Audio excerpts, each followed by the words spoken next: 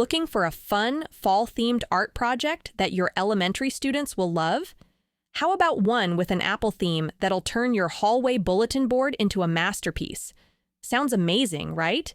To create these stunning apple designs, your students can use a roll-a-dice game, a you-pick worksheet, or even digital spinners to choose their patterns.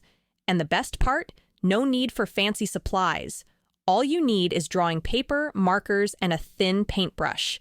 Love the idea but short on time? No worries, I've got you covered. Sit back and relax while I teach your students how to play the roll-a-dice game as well as design their apples step by step. I'll share plenty of tips and tricks to make drawing, coloring, and painting a breeze.